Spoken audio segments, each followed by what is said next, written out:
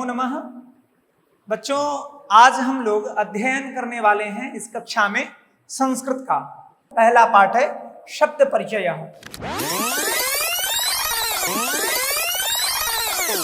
आगे चलें। देखिए क्वेश्चन नंबर 7 बहुत अच्छा। मंजुषातः, तह लग गया यानी से। मंजुषा, मंजुषा का अर्थ होता है पेटी से, बॉक्स से, है ना। मंजुषातः पेटी से, पदम चित्वा पद को चुनकर, रिक्त स्थानानि पूर्यत। देखिए यहाँ रिक्त स्थान दिया हुआ है, रिक्त स्थान भरिए। इसमें भी वही कार्य करना है जो अभी हम कर रहे थे प्रश्न संख्या 6 में, बस वह भी यहाँ भी वही कार्य करना है। क्या करना है, ये कर्ता पद इसमें दिया हुआ है और इसके अनुकूल, इसके जो योग्य हो, जो उचित हो, वह क्रियापद यहाँ दिया हुआ है, चुनना है। नृत्यन्ति नाचते हैं, धावती दौड़ते हैं, चलता चलते हैं, फलंती फलते हैं और खादती खाता है। अब क्या करना है, इसमें देखना है जब यदि कर्ता एक वचन तो क्रिया भी क्या होगी, एक वचन। कर्ता द्विवचन तो क्रिया भी क्या होगी, द्विवचन। ठीक है। अब मयूराह, अब देखिए मयूराह, इसके लिए उचित क्रियापद चुनिए। यह मयूरा पहले पहचानिए कि कौन से वचन में है। मयूराह यहाँ बहुवचन हो गया, तो इसमें देखिए कि बहुवचन क्रियापद कौन से है। एक है यहाँ नृत्यन्ति और एक है फलंती, ये दो बहुवचन में है। अब क्या सही होगा, मयूराह फलंती व मयूराह नृत्यन्ति। तो मयूराह फलती, मोर फलते हैं, गलत हो जाएगा ना। क्या होगा, मयूराह नृत्यन्ति यानी मोर नाचते हैं, नृत्यन्ति। क्या बना लेंगे, मयूराह नृत्यन्ति बन गया। आसान है। अब ऐसे ही ख, देखिए गजौ, गजौ कौन सा वचन हो गया, द्विवचन। अब द्विवचन में क्रियाएं देखिए कि कौन कौन सी क्रिया है द्विवचन में। एक यहाँ है द्विवचन और एक यहाँ है। गर्जता चलता, गर्जता यानी गरजते हैं, चलता यानी चलते हैं। थोड़ा हिंदी अर्थ करके देख लीजिए। गजौ गर्जता व गजौ चलता, हाथी गरजते हैं व चलता। ज्यादा उचित क्या होगा इसके लिए, चलता है ना। क्या है, चलता, चलता द्विवचन में हो गया ना। अब वृक्षा, वृक्षा वृक्षा वृक्षो वृक्षा बहुवचन, तो बहुवचन में दो क्रियाएं थी, एक नृत्यन्ति और क्या है, फलंती।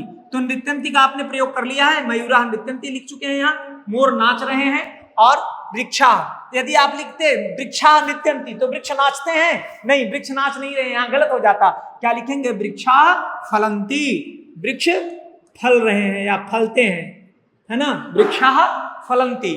अब आगे चलते हैं। सिंहौ, सिंहौ यानी दो सिंह, यह द्विवचन में, कौन से वचन में है, द्विवचन में। तो क्रिया भी, यह कर्ता द्विवचन तो क्रिया भी क्या होगी, द्विवचन। कौन सा बेटा, अब गर्जता, द्विवचन में दो क्रियाएं थी, गर्जता है और चलता। इसमें आपने चलता का प्रयोग किया है गज के लिए, गज के साथ गजौ चलता, तो सिंहौ क्या होगा, गर्जता, सिंह गरजते हैं, गर्जता, है ना। ऐसे सामान्य रूप में ऐसा हो सकता है कि सिंह चलता है, लेकिन जो उचित ज्यादा है वह क्या है कि सिंह गरजते हैं, है ना। प्रायः हाथी गरजता नहीं है ना, मतवाला हो जाता है तब वह कभी कभी चिंघाड़ता है। सिंहों गरजता, यहाँ उचित है सिंहों गरजता है। एक बात एकदम सदैव याद रखना है, ध्यान में रखनी है। कौन सी बात, कि कर्ता एक वचन तो क्रिया भी एक वचन, कर्ता द्विवचन तो क्रिया द्विवचन, और कर्ता बहुवचन तो क्रिया भी क्या होगी, बहुवचन। अब वानरः, देखिए वानरः यानी बंदर, वानरः कौन सा वचन हो जाएगा, एक वचन। अब वानर क्या करते हैं एक वचन में। अब देखिए कि कौन कौन सी क्रियाएं हैं, धावती और खादती। अब दो ही क्रियाएं आपके पास है, धावती और खादती। अब इसके लिए क्या सही होगा, वानरः और अश्वः, दो बचा है यहाँ, तो वानरः क्या हो जाएगा, बंदर क्या कर रहे हैं, दौड़ रहे हैं या खा रहे हैं, ज्यादा वो खाते हैं, दौड़ते कम है ना, तो खादती। और अश्व के लिए यहाँ हो जाएगा धावती, तो वानरः क्या लिख देंगे, खादती, वानरः खादती। और अश्वः क्या हो जाएगा, अश्वः धावती, है ना। घोड़ा दौड़ रहा है, बंदर खा रहा है और घोड़ा दौड़ रहा है। वानरः खादती, वानर खा रहा है और अश्वः धावती, घोड़ा दौड़ रहा है। चलिए अब अगले प्रश्न पर चलते हैं। देखिए अब नेक्स्ट क्वेश्चन पे, क्वेश्चन नंबर 8। सह तौ ते, ध्यान में रखना है, सह तौ ते। सह का अर्थ क्या होता है, वह, तो मतलब वे दोनों, ते इत्येतेभ्यः, इनसे, उचितम सर्वनाम पदम चित्वा, इनसे सर्वनाम उचित सर्वनाम पद चुनकर। ये सर्वनाम पद है, संज्ञा के स्थान पर आते हैं, कर्ता के रूप में प्रयोग में आते हैं। तो इनसे सह तो ते इत्ते ते इनसे उचितम सर्वनाम पदम, उचित सर्वनाम पद, इन तीनों में से जो उचित होगा उसको चुनकर, चित्वा यानी चुनकर, रिक्त स्थानानि पूर्यता, रिक्त स्थान को पूरा कीजिए। क्या चुनना है ये समझिए, कैसे चुनेंगे। यहाँ कर्ता पद दिया हुआ है, इनका प्रयोग भी कर्ता के स्थान पर करेंगे, तो कर्ता पद ये सभी कर्ता पद है। आपको पहचानना क्या है कि एक वचन, सह एक वचन, तो द्विवचन और ते बहुवचन।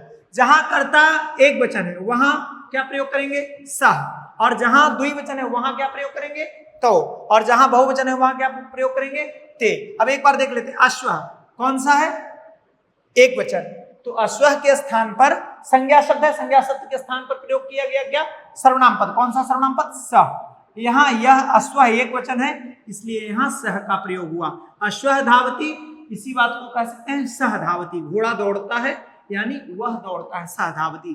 गजा, अब गजा कौन सा वचन, बहुवचन, गजा चलंती, तो गजा बहुवचन हो गया, तो इसमें से बहुवचन स तो ते, इनमें बहुवचन क्या हो जाएगा, ते, तो इसके लिए उचित क्या हो जाएगा, ते चलंती। गजा चलंती, हाथी चल रहे हैं, और ते चलंती, वे चल रहे हैं। ये कर्ता पद है, कर्ता पद के स्थान पर यहाँ ये संज्ञा पद है, संज्ञा के स्थान पर यहाँ हमने सर्वनाम का प्रयोग किया, ते। ये दोनों करता है, यहाँ गजा, इस वाक्य में गजा करता हो गया और इस वाक्य में ते करता हो गया। यदि यह बहुवचन तो यहाँ भी, यदि संज्ञा पद बहुवचन है तो उसके लिए जो सर्वनाम पद आया, कौन सा सर्वनाम पद आपको प्रयोग करना है, सह तो ते, इन तीन में से कोई एक। तो यदि एक वचन रहेगा तो सह लिखिए, द्विवचन है तो लिखिए, और बहुवचन है तो ते लिखिए। अब छात्र कौन सा है, द्विवचन, तो यहाँ क्या हो जाएगा, द्विवचन में क्या होता है, तो। वानरा कौन सा है वचन, बहुवचन, तो यहाँ क्या हो जाएगा, बहुवचन में ते, बहुवचन में ते हो गया। गायक कौन सा वचन, एक वचन, एक वचन में क्या होता है, सह हो गया, सह। और मयूरा कौन सा वचन, बहुवचन, तो यहाँ क्या लिख देंगे, ते। अर्थ एक बार देख लेते हैं, अश्वधावती, घोड़ा दौड़ता है, उसकी जगह पर क्या प्रयोग किया, सहधावती, वह दौड़ता है। गजा चलंती, हाथी चल रहे हैं, ते चलंती, वे चल रहे हैं। छात्रों पढ़ता, दो छात्र पढ़ रहे हैं तो पढ़ता, तो वे दोनों पढ़ रहे हैं। वानरा क्रीडंती, वानर खेल रहे हैं, बंदर खेल रहे हैं, तो आप यहाँ क्या लिखेंगे, ते क्रीडंती, वे खेल रहे हैं। गायक गायती, गायक गाता है, सह गायती, वह गाता है। मयूरा नृत्यंती, मोर नाच रहे हैं, ते नृत्यंती। ठीक है बच्चों, ये था आपका अभ्यास कार्य प्रथम पाठ का। अब आपका ये पाठ पूर्ण हो चुका है, समाप्त हो चुका है ना। आप अच्छी तरह से इसका अध्ययन करें, है ना। आपको संस्कृत बहुत ही सरल लगेगा, बहुत ही आसान और बहुत ही प्रिय भाषा है संस्कृत। देखिए ध्यान देने योग्य बातें हमने पाठ शुरू करते ही मैंने आपको बताया था, संस्कृते त्रीणि लिंगानि सन्ति। कति लिंगानि सन्ति, संस्कृत में त्रीणि लिंगानि सन्ति, संस्कृत में तीन लिंगानि भवन्ति, संस्कृत में तीन लिंग होते हैं। कौन कौन, पुल्लिंगम, स्त्रीलिंगम, नपुंसकलिंगम। प्रथमा पाठ है, इस पाठ में हम लोगों ने क्या अध्ययन किया, पुल्लिंग का, जो भी शब्द हमने पढ़े पुल्लिंग शब्द पढ़े। और दूसरी बात, संस्कृते त्रयः पुरुषा भवन्ति, कितने पुरुष होते हैं, संस्कृत में तीन पुरुष होते हैं, प्रथम पुरुष, मध्यम पुरुष, उत्तम पुरुष। प्रथम पुरुष जो कहने वाला है ना, सह तो ते, है ना, जिसके बारे में कहा जा रहा है वह क्या हो गया, प्रथम पुरुष, जिसके बारे में कहा जा रहा है प्रथम पुरुष, जैसे सह तो ते। और जिससे कहा जा रहा है, जो सुनने वाला है, श्रोता, वह क्या होता है, मध्यम पुरुष। त्वम युवाम यूयम, तुम सुन रहे हो, आप लोग सुन रहे हैं, तो यह क्या हो गया, मध्यम पुरुष। और कहने वाला, अहम अवाम वयम, अहम यानी मैं होता है, आगे हम पाठ में पढ़ाएंगे। उत्तम पुरुष वह क्या होता है, उत्तम पुरुष यानी मैं कह रहा हूं, हम लोग बोल रहे हैं, तो यह हम लोग, मैं क्या हो गया, अहम अवाम वयम, ये हो गया मध्यम पुरुष। प्रथम पुरुष, मध्यम पुरुष और उत्तम पुरुष।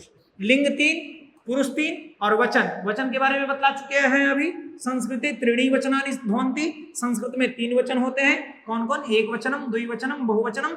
एक वचनम, एक का बोध हो एक वचन, दो का बोध हो द्विवचन, और अनेक का बोध हो तो बहुवचन। तो इस प्रकार बच्चों हम लोगों ने अभी इस पाठ में क्या पढ़ा, इस पाठ में हम लोगों ने पढ़ा आकारांत पुल्लिंग शब्द के बारे में, और प्रथम पुरुष, सिर्फ हम लोगों ने प्रथम पुरुष पढ़ा, पुल्लिंग के बारे में पढ़ा, और तीनों वचनों में, पुल्लिंग में हमने तीनों वचनों में वाक्य देखा। अब इसमें बहुत सारे शब्दों से आप परिचित हुए हैं। अब हम लोग फिर अगली बार, अगली कक्षा में हम लोग पढ़ेंगे पाठ 2। ठीक है, पाठ 2 में आकारांत स्त्रीलिंग शब्द का अध्ययन करेंगे। आकारांत, संस्कृत में आकारांत शब्द जो होते हैं प्रायः स्त्रीलिंग होते हैं, जिसका अध्ययन हम लोग अगली कक्षा में करेंगे। आज के लिए इतना ही, बहुत बहुत धन्यवाद, ध्यान दीजिए।